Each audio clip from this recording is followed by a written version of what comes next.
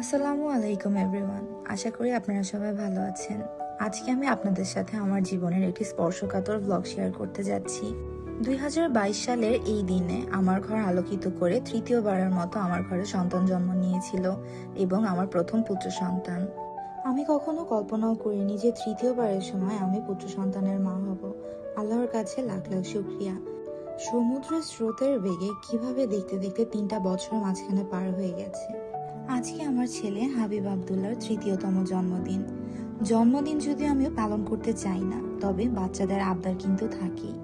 তাই এবার ওর আবদারটাকে আমি একটু অন্যরকম ভাবে পূরণ করার চেষ্টা করলাম। আজকে আমার ছেলের জন্মদিনের বিশেষ অতিথি ছিল এমন কিছু মানুষ যাদের উপস্থিতির কারণে আজকের আয়োজনটা তার আসল তাৎপর্য পেয়েছে। কারণ আজ আমি যাদের আমন্ত্রণ করেছি তারা আমার জীবনের খুব কাছের মানুষ। কেউ হয়তো প্রতিদিন আমার বাড়িতে আসে, বা কেউ আশেপাশে কাজ করে, অথবা কেউ বাজারে আমার জন্য সবজি বেচে দেয়। তারা শুধু পরিচিত নয়, আমাদের সমাজের অবিচ্ছেদ্য অংশ। তাই আজকের এই সুখের মুহূর্তগুলো আমি তাদের সাথে ভাগ করে নিয়েছি। ওদের একসাথে আনন্দ করতে দেখে কিন্তু আমার খুবই ভালো লাগছিল। এই ছোট ছোট বাচ্চাগুলোর মুখের হাসি আমার মনে তৃপ্তির একটা অনুভূতি দিচ্ছিল। আমার ছেলে কিন্তু ওদের সাথে অনেক এনজয় করেছে এবং সে অনেক বেশি খুশি ছিল। আমরা আমাদের জীবনে প্রতিদিন অনেক মানুষের সঙ্গে দেখা করি। কেউ হয়তো সবজি বিক্রি করে, কেউ বাড়িতে কাজ করে, অথবা কেউ রাস্তার পাশে ছোট দোকান চালায়। এদের অনেকের সঙ্গে আমাদের সম্পর্ক হয়, কিন্তু আমরা সবসময় তাদের জীবনের কষ্ট, সংগ্রাম বা প্রয়োজনগুলো খুব গভীরভাবে কিন্তু ভাবি না। এই মানুষগুলো, বিশেষ করে তাদের বাচ্চারা, প্রতিদিনই কিন্তু নানা রকম অভাব অনটনের মধ্য দিয়ে যায়।